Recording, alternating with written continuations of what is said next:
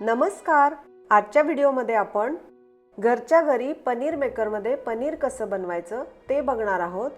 एक छोटीशी ट्रिक मी सांगितली आहे. ती ट्रिक वापरून आपण अगदी बाजारात मिळतं तसंच पनीर घरच्या घरी बनवू शकतो. आणि दुसरी महत्त्वाची गोष्ट म्हणजे हा व्हिडिओ शेवटपर्यंत बघा, कारण व्हिडिओच्या शेवटी मी बाजारात पॉप्युलरली मिळणारे जे पनीर आहे ते पनीर आणि घरी तयार केलेलं पनीर याचं कंपॅरिझन करणार आहोत. कंपॅरिझन मध्ये आपण या सगळ्या पनीरचं वजन, त्याची किंमत आणि हे पनीर बनवण्यासाठी वापरलं जाणारं साहित्य, टेस्ट आणि टेक्स्चर या सगळ्या गोष्टी बघणार आहोत. चला मग सुरू करूया आपण रेसिपी. चितळेचं 1.5 लिटर म्हशीचं दूध घ्यायचं. हे दूध पूर्ण उकळून घ्यायचंय.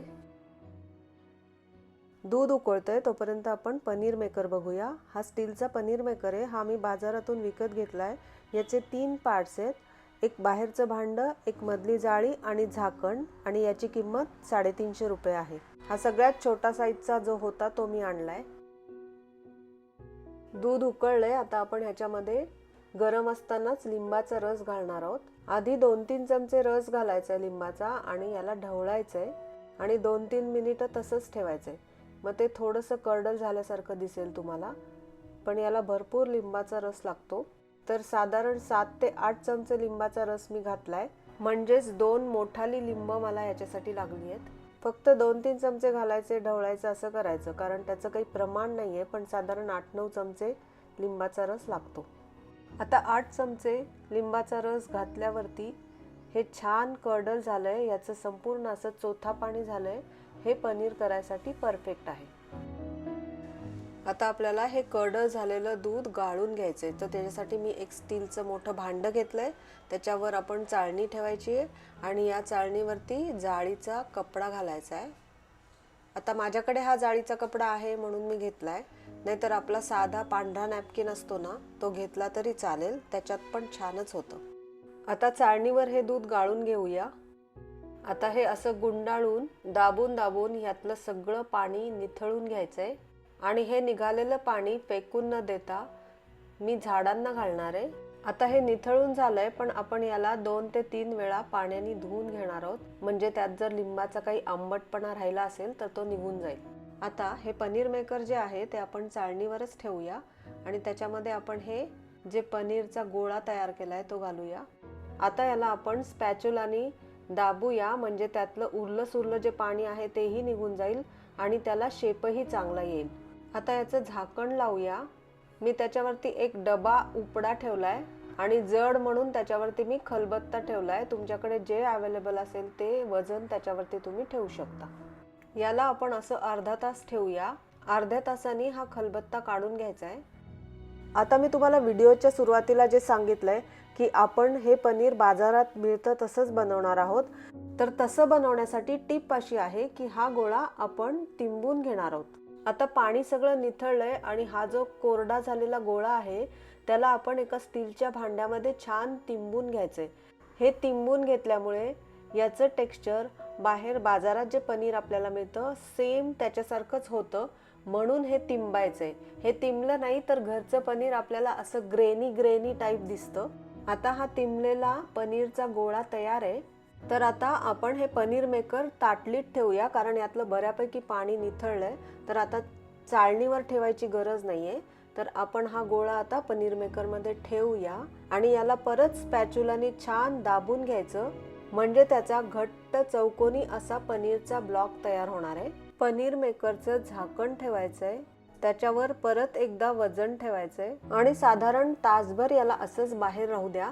आता 1 तास झालाय. प्लेट सकट याला मी ओव्हरनाईट फ्रीज मध्ये ठेवणार आहे. तुमच्याकडे वेळ नसेल तर ॲटलिस्ट 2 तास तरी याला फ्रीज मध्ये ठेवायला पाहिजे. मी हे पनीर ओव्हरनाईट फ्रीज मध्ये ठेवलंय, कारण मला हे दुसऱ्या दिवशीच लागणार होतं. तर आता हा पनीरचा छान ब्लॉक तयार आहे. आपण याला तिंबलेलं असल्यामुळे याचं टेक्स्चर खूप सॉफ्ट आहे आणि अगदी बाहेर मिळतो तसंच पनीर तयार झालंय. आता हे पनीर आपण अनमोल्ड करून प्लेटमध्ये काढून घेऊया. आता आपण या 4 पनीरची प्राइस, वजन आणि टेक्स्चर आणि टेस्ट हे बघणार आहोत. हे अमूलचं पनीर आहे. याचं वजन 200 ग्राम आहे. किंमत 76 रुपये आहे आणि याच्या इन्ग्रेडियंट्समध्ये मिल्क सॉलिड्स आणि सायट्रिक ॲसिड असं लिहिलेलं आहे. हे देसी फार्म्सचं पनीर आहे. याचं वजन 200 ग्राम आहे. याची किंमत 85 रुपीज आहे आणि याच्या इन्ग्रेडियंट्समध्ये मिल्क सॉलिड्स, कॉमन सॉल्ट आणि फूड ग्रेड सायट्रिक ॲसिड असं लिहिलेलं आहे. आणि हे गोवर्धनचं पनीर आहे. याचं वजन सुद्धा 200 ग्राम आहे. याची किंमत 89 रुपीज आहे आणि याच्या इन्ग्रेडियंट्समध्ये काऊज मिल्क आणि विनेगर असं लिहिलं आहे. सगळ्यात आधी आपण जे 1.5 लिटरचं पनीर बनवलंय त्याचं वजन किती होतंय बघूया. घरी 1.5 लिटर दुधाचं जे पनीर आपण बनवलंय त्याचं वजन 264 ग्राम्स आहे आणि याला लागणारा खर्च म्हणजे 1.5 लिटर दुधासाठी 90 रुपये आणि साधारण 2 मोठे लिंब आपण वापरले त्याच्यासाठी 10 रुपये, म्हणजे 100 रुपयामध्ये घरी आपण 264 ग्राम्स पनीर बनवू शकतो. हे अमूलचं पनीर आहे. ह्याच्यातनं थोडंसं पाणी आलंय बाहेर.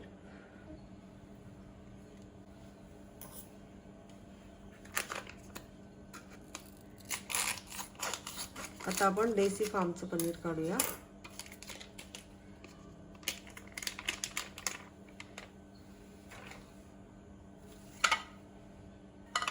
अमूलचं सॉफ्ट लागतंय आणि देसी फार्मचं सॉफ्ट आणि घट्ट पण आहे. आणि हे गोवर्धनचं पनीर.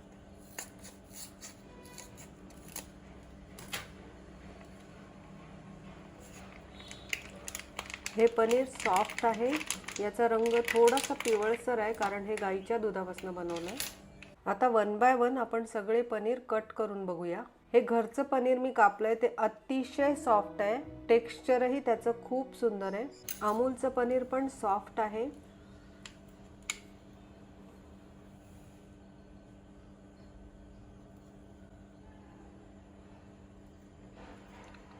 देसी फार्म्सचं जरा घट्ट आहे पनीर, आय डोंट नो कशामुळे. आणि हे गोवर्धनचं पण सॉफ्ट आहे. आता आपण या सगळ्यांच्या टेस्ट बघूया. सगळ्यात आधी मी गोवर्धनची टेस्ट बघते. ही छान आहे, मस्त टेस्ट आहे. आता आपण देसी फार्म्स टेस्ट करूया. याची टेस्ट पण छान आहे. आणि आता अमूलचं मी टेस्ट करते. अमूलचं मला थोडंसं बिटर आणि आंबट असं लागतं, आय डोंट नो कशामुळे. आणि आता आपण हे घरचं बघूया. घरचं अप्रतिम लागतंय. फ्रेश पनीरची टेस्ट आपण कम्पेअर करूच शकत नाही. याचं टेक्स्चर आणि टेस्ट दोन्हीही अप्रतिम आहे. थोडक्यात सांगायचं म्हणजे किमतीमध्ये फारसा फरक नाही आहे, पण टेस्ट अप्रतिम आहे. आपण जे ताजं घरी करतोय त्याची टेस्ट अप्रतिम आहे. ते करा तेव्हाच तुम्हाला फरक कळेल. आता मी ह्याचे छान तुकडे करून दाखवते तुम्हाला. खरंच हे पनीर खूप अप्रतिम झालंय आणि करायला फार वेळच नाही लागत. आपण अगदी सोप्या पद्धतीने करू शकतो.